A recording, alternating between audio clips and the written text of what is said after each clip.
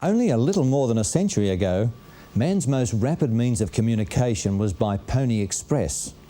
The United States' greatest land victory, the War of 1812, took place 2 weeks after peace had been declared because the British and American commanders in charge had not heard that the war was over. What a contrast with modern communications. With this computer, I can talk to anyone or access information on any subject almost anywhere in the world. In fact, the rate and volume of information available is almost bewildering. This is indeed the age of information.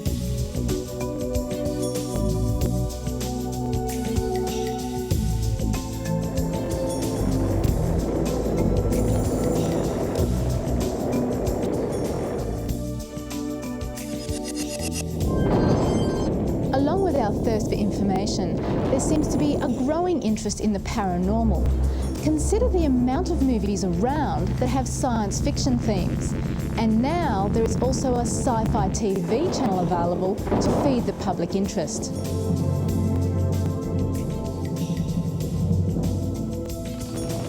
Do you remember the alien invasion epic Independence Day? Dean Devlin, co-writer and producer, asked the question, will there be an apocalypse? And if so, how will it come?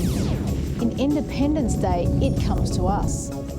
The strange point is that while humans show great interest in the paranormal, most don't realise that a being from outer space has already communicated with us about end times and given us clear information regarding the here and now.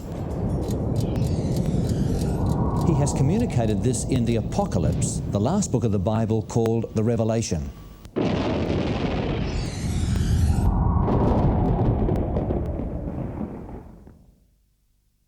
There has never been a crisis point in history when God has not communicated messages of warning, encouragement and comfort to His endangered people.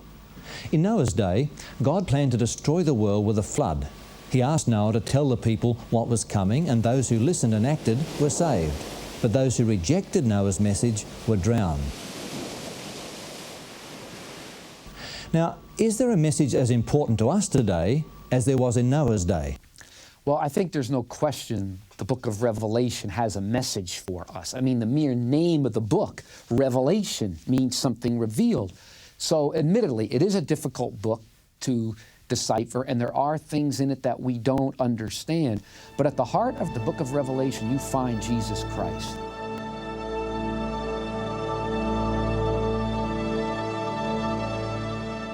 The revelation of Jesus Christ, which God gave him to show his servants what must soon take place.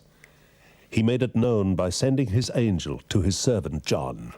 If this is Jesus' own book, then it's probably fairly important that we understand its message. There's some pretty heavy things are depicted that are going to happen in the book. And if you tend to believe Scripture or think there might be a reason to believe it, it would seem to be a relatively intelligent thing to make an effort to find out, what this is saying, because ultimately what the book of Revelation is saying, and if the book of Revelation is true, and I happen to believe it's true, it's dealing with things that are going to impact every human being on the earth. I think it was wisely placed as the last book of the Bible because it tends to pick up and echo themes from almost every other part of the Bible that's come before it. The disciple John wrote down a series of visions or revelations while he was a prisoner of the Roman authorities on the island of Patmos off the coast of Turkey. The book of Revelation consists of a series of visions which John was given and which he wrote down. He actually sent them to 7 churches over on the mainland that he was pastor of. So the letters had quite practical purpose and were written for the sake of some local churches, very young, early churches, suffering the pressure that an unbelieving, harsh Roman environment subjected them to. Revelation's central theme is found in Revelation chapter 1, verse 7. Look, he is coming with the clouds, and every eye will see him, even those who pierced him. After the cross, the Bible's most exciting theme is Jesus' return to this earth.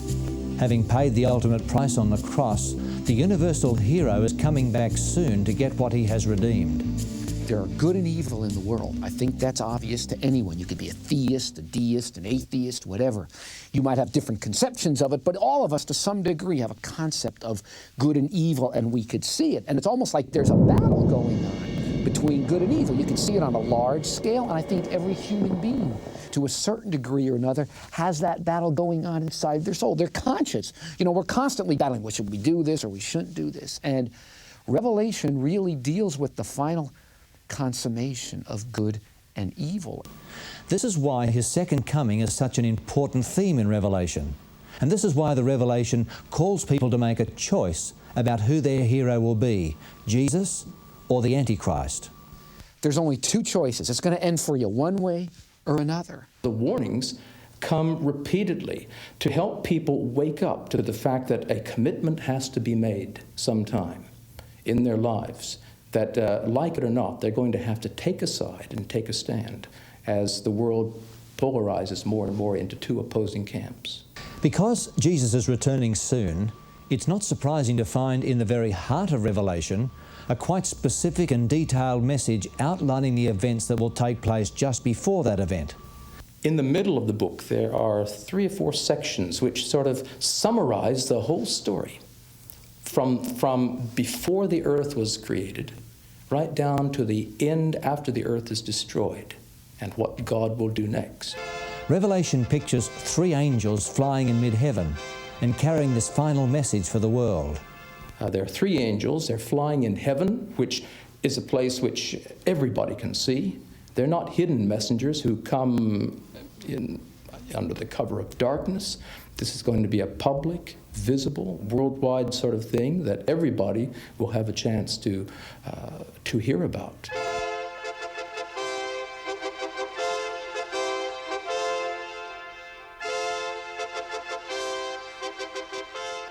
The 3 angels' message of Revelation 14 is a very distinct message, telling people, in a sense, how it is going to end, but not only telling them how it's going to end, it tells them how to prepare for the ending and what some of the issues are. Then I saw another angel flying in midair, and he had the eternal gospel to proclaim to those who live on the earth, to every nation, tribe, language, and people. This message is a truly international one for every nation, kindred, tongue, and people.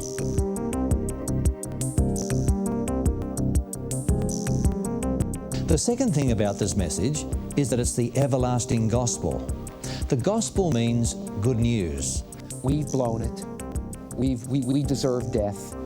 Christ has stood in the gap between us and God, has taken the penalty for our sins. None of us have to face the penalty that we richly deserve. Jesus faced it for us. The everlasting gospel, that's the first message. Now, another important part of the first angel's message of Revelation is that there is a call to worship God as the Creator. Worship him who made the heavens, the earth, the sea, and the springs of water. God is the one really deserving loyalty because, first of all, God is creator. How relevant this is in view of current theories about the origins of this world that deny God's involvement in creating us. Fear God and give him glory, because the hour of his judgment has come. Today there are large numbers of people who are neither for nor against Jesus. They just sit in the center, uncommitted. At the time when the world will experience this final proclamation of the gospel, a judgment has come in that is already in the past tense. And that means that before the end of Earth's history, there'll be a great final judgment in God's kingdom. And people are warned to take this very, very seriously. God, in the end, will judge the entire world and everyone in it. Soon then, there will only be 2 classes of people. The warnings are important, and they are connected with the way the population of the earth is depicted in the book of Revelation. It is not depicted as we would tend to see it today, as basically a huge masses of people who are not committed to one particular way of thinking or living, but to a big variety. We're accustomed to pluralism, but Revelation depicts a time, still future, when pluralism will cease to be and people will tend to polarize to one position or its opposite as conditions on earth worsen. They will be forced or crowded more and more into committing themselves to one movement or another. And this, again, is supported by that sort of divided or matched or opposing pairs of themes in Revelation. Following close behind the first angel's message is the second.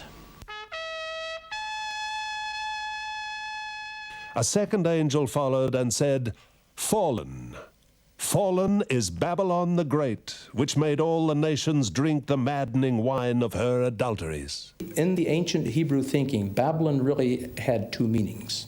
And these are related to the two phases of Babylon's existence. The city first came into prominence well before the time of the patriarch Abraham. And it was known as a place where people set about to solve problems their own way rather than turning to God. But the phase of Babylon that really marked the thinking of the Hebrew people was the so-called Neo-Babylonian Empire under King Nebuchadnezzar. It was Nebuchadnezzar who attacked the Hebrew city of Jerusalem on numerous occasions, and that became a sort of symbol for the forces of evil setting about to overpower the people of God. Well, Babylon in the book of Revelation is symbolized in church language. This is an interesting thing. You have a woman, first of all. The woman is dressed like a high priest in the Old Testament sanctuary services. So it seems clearly a religious concept. Babylon is a worldwide concept. And Revelation predicts that the day will come when this end-time Babylon will rule the entire world for a short time. Apparently, there will be a worldwide confederacy of religion which, according to the book of Revelation, will actually be fighting against the true God when the end time comes. The Roman emperors very quickly learned that it helps to mix religion and politics. See, most of us today live in a country where religion and politics are kept fairly separate from one another. It was very different in Roman days. And the emperors learned that if they behaved as priests and even as gods, as well as rulers, it seemed to give them a leverage, an advantage in ruling the people. And so they combined religion and government and politics in a way which was very bad for the people who didn't agree with either the politics or the religion of the day. Now, today, religion and politics have been largely separated. But the book of Revelation hints, well, I think it does more than hint. It does indicate that in the future, that which Rome put together and which modern society has separated will eventually flow back together again. That religious leaders and political leaders will decide that in the face of mounting world calamities, they will try to join forces and bring about a far more effective form of government. In the book of Revelation, this is depicted as a coercive force, as the beast. Following on quickly from the first two comes the last of the three angels. A third angel followed them and said in a loud voice, "If anyone worships the beast and his image and receives his mark on the forehead or on the hand, he too will drink of the wine of God's fury, which has been poured full strength into the cup of his wrath." This is the most solemn and fearful warning found anywhere in the Bible. All other warnings in Scripture are tempered with mercy and long-suffering. The third angel's message is not. It is final. There won't be any more chances. The book of Revelation makes it clear that the paramount issue in the days just before Jesus returns is, who is our hero? To whom do we give our allegiance? There are two forces endeavoring to persuade us, Jesus and Satan. How does one show loyalty to Christ, loyalty to God? Well, the commandments of God are referred to repeatedly. God is creator. He's also the commandment giver in the book of Revelation. A blessing is pronounced. There are 7 blessings pronounced in the book of Revelation, and right in the middle of the group is a blessing on those who keep the commandments of God. in spite of challenges and difficulties in the environment. So commandment keeping is certainly a loyalty test. The Bible teaches that just before Jesus returns, the beast is going to apply great pressure in an effort to destroy the faith of God's people. The beast appears to be so powerful, nothing seems to be able to resist his forward march. He seems to have so many followers. But the three angels' messages in Revelation chapter 14 is God's warning about the issues involved. People in Revelation are depicted as either those who are following God and have God's seal of ownership and approval on them, or those who are following this terrible beast which makes its appearance about halfway through Revelation, and who receive the beast's seal of ownership and loyalty on them. He was given power to give breath to the image of the first beast, so that it could speak and cause all who refused to worship the image to be killed. A death decree is going to be introduced for all those who don't worship the beast on earth. Sounds pretty important. A struggle to the death for your allegiance and mine. It further states, He also forced everyone, small and great, rich and poor, free and slave, to receive a mark on his right hand or on his forehead, so that no one could buy or sell unless he had the mark, which is the name of the beast or the number of his name. Then you will be handed over to be persecuted and put to death, and you will be hated by all nations because of me. At that time many will turn away from the faith and will betray and hate each other. In the end, what Revelation teaches, the way I read it, is that on the surface it's going to look like evil triumphs. On the surface, in one way, it's going to look like evil triumph, but ultimately, what Revelation does teach is that in the end, good will triumph. God will triumph. And those who align themselves with God, even if they're killed, in the end, they will ultimately triumph. these three messages focus on God's people who will be alive through these testing times. Notice how Revelation pictures them. This calls for patient endurance on the part of the saints who obey God's commandments and remain faithful to Jesus. Here are these two classes of people identified once more. Those who have the mark of the beast and who are not faithful to Jesus, and those who choose him as their hero and keep his commandments. Many people believe that the 10 Commandments have been done away with or are no longer binding on Christians. But this message identifies the people of God as being those who will be emphasizing those commandments as a result of a love relationship with Jesus. Remember, Jesus said, "If you love me, you will keep my commandments." If you think of those earliest Roman Christians, they were called upon to be loyal to the emperor. And the early Christians sometimes found themselves in a terrible dilemma of wanting to be a good citizen, but not being able to demonstrate their citizenship to the authorities because they could not proclaim the little phrases and go through the little ceremonies which were expected of them, because to them that would be disloyalty to Christ, their real master and their real Lord. In fact, the very title, Master and Lord, were often applied to the emperor. A Christian put on the spot, standing in front of the local magistrate, asked to express the loyalty test to the emperor by calling him Master and Lord and offering maybe a pinch of incense to a little image of the emperor, would be in a real dilemma, because that would be, in his thinking, denying his commitment to Christ. So those Christians sometimes had to pay a high price for their loyalty to Christ. History records millions of people who have died because of their faithfulness to Jesus and his commandments.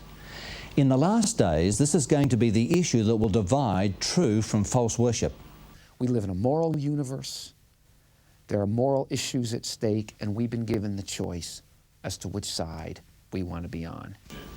Woodrow Wilson, who was President of the United States, once said, "I'd rather perish in a movement that I knew would triumph than triumph in a movement that I knew would perish." There is no doubt that this message of the three angels is one of hope and triumph. And I saw what looked like a sea of glass mixed with fire. And standing beside the sea, those who had been victorious over the beast and his image and over the number of his name. And the three angels' message is, I believe, God's way of telling us, hey, these things are coming upon the world, and there's going to be one of two endings, And I'm saying to you, I have given you everything I can so you can have the happy ending. Because it's not going to be a happy ending for everybody, but it can be for those who make the choice to have that happy ending. It's reassuring to know that God has given us an understanding of His ultimate plan for our lives and those around us. Well, the core message of Revelation is that going with God will never be a mistake.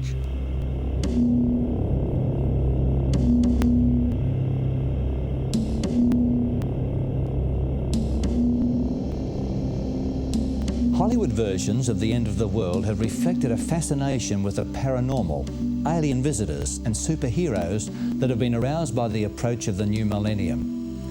It's not without accident that God has anticipated this phenomena and provided a revelation of what we can expect. Have you taken the time to read it?